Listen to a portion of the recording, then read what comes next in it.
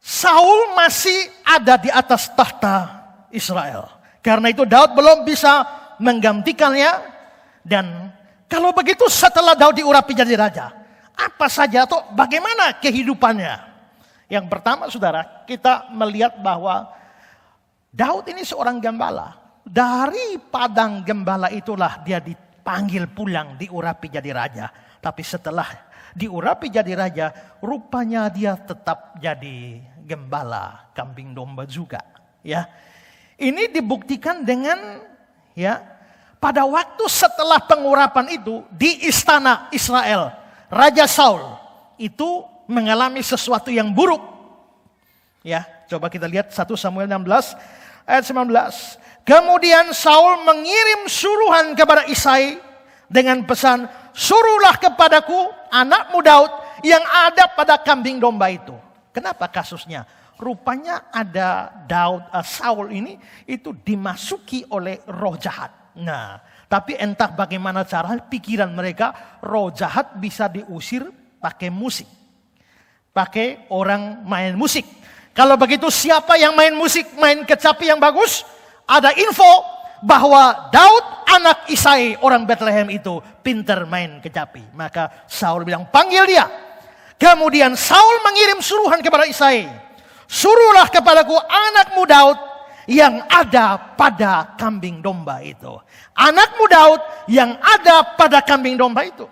Berarti saudara, dia tadinya gembala kambing domba, diurapi jadi raja, kembali jadi gembala kambing domba. Berarti hari-hari Daud setelah diurapi jadi raja tetap sebagai gembala. Tidak ada yang berubah. Ini juga dibuktikan dari kata-kata Eliab. Ketika problem Israel perang sama Filistin. Lalu ada pahlawan Filistin, Goliat, yang menantang barisan Israel. Lalu Daud muncul di sana. Daud muncul di sana, lihat-lihat. Lalu kakaknya Daud, Eliab itu lagi perang. Lihat kata-kata Eliab.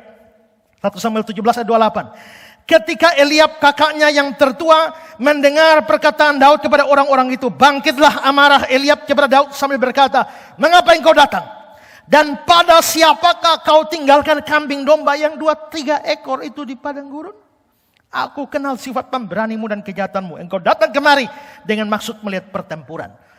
Mengapa engkau datang? Pada siapakah engkau tinggalkan kambing domba yang 2-3 ekor itu? Itu berarti bahwa dalam kasus peperangan melawan Goliat, Daud masih sebagai gembala kambing domba. Itu pasca pengurapan. Jadi rupanya setelah diurapi jadi raja, hidup Daud sama sekali tidak ada perubahan. Dia masih tinggal di rumah ayahnya dan bukan di istana.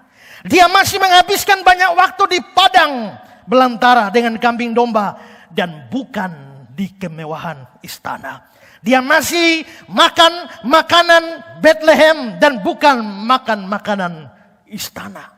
Dia masih duduk di padang gurun, mungkin di rumput-rumput dan di batu-batu, tapi bukan di singgasana kerajaan. Dia masih pakai pakaian gembala dan bukan pakaian kebesaran seorang raja. Dia masih berhadapan dengan binatang-binatang buas yang mengancam kambing dombanya dan bukan dengan pegawai-pegawai istana. Intinya adalah bahwa tidak ada perubahan dalam hidup Daud. Satu-satunya perubahan pasca pengurapan itu yang muncul di dalam ayat 13. Samuel mengambil tabung tanduk berisi minyak itu, mengurapi Daud di tengah-tengah saudaranya.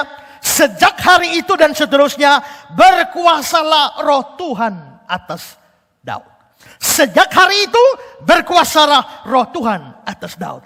Jadi perubahan pasca pengurapan itu adalah bahwa roh Tuhan berkuasa atas dia. Ini menarik. Saul hanya duduk. Saul harusnya tidak ada di tahta. Tapi ternyata tetap duduk di tahta tanpa roh Allah.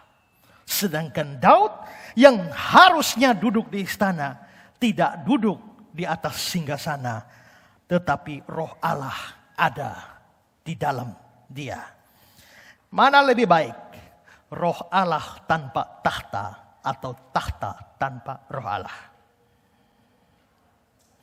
Tapi banyak orang sekarang punya tahta tanpa roh Allah. Itu celakalah. Celakalah kerajaan yang pemimpinnya duduk di tahta tanpa roh Allah. Celakalah negara yang pemimpinnya ada di tahta tapi tidak punya roh Allah. Celakalah provinsi yang punya gubernur yang punya tahta tapi tidak punya roh Allah. Lebih baik roh Allah tanpa tahta daripada tahta tanpa roh Allah.